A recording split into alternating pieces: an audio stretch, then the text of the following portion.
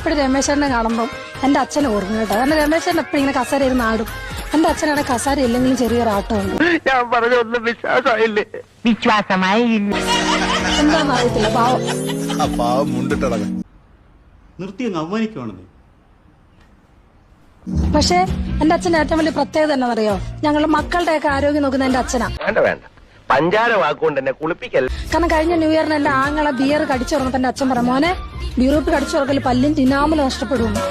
ഞാനെല്ലാം തുറന്നു പറയുന്ന പ്രകൃതക്കാരൻ. എന്റെ പൊന്നു മഞ്ചേച്ചി, നമ്മൾ ഈ അരി തിളച്ചതെടുത്തിട്ടേ ഈ സിങ്കിലോട്ട് ഒഴിക്കുമ്പോൾ ഇങ്ങനെ ഉരുകി പോവല്ലോ, അമ്മാതിരി സാധനം ഉള്ളിൽ പോകുന്നു. അത് അച്ഛന് പ്രശ്നമില്ല, മോന്റെ പല്ലിന്റെ ഇനാമല് നഷ്ടപ്പെടുകയാണ്. ഇങ്ങനെയാണെങ്കിൽ ഞാൻ കളിക്കല്ല, ഞാൻ നേരെ ചിറാപുഞ്ചിരി പോയി മണം വിൽക്കാൻ പോണു. ഞാൻ അച്ഛനെ എത്തിയിട്ട് പറയുന്നല്ല രമേശ് ചേട്ടാ, എന്റെ അച്ഛൻ മേശിരിപ്പണിക്കാരനാ. പക്ഷെ അച്ഛൻ ആരോഗ്യം ശ്രദ്ധിക്കൂല. പക്ഷെ പുള്ളി എന്നും ഒന്നും മദ്യപിക്കൂല.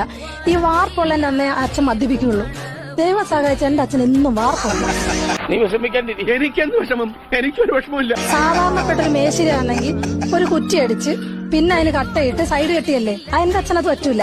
അച്ഛൻ ഇന്ന് കുറ്റി അടിച്ചാൽ നാളെ തന്നെ വാർക്കണം, ഇല്ലെങ്കിൽ അടുക്കള വശത്ത് പോയിരുന്നു വാർക്കും. ഇങ്ങനെ എന്തെങ്കിലുമൊക്കെ പറയുമ്പോഴേ എന്റെ മനസ്സിനൊരു സന്തോഷം ഉണ്ടാവുള്ളൂ. ഞാൻ എന്റെ സന്തോഷം നോക്കിയാൽ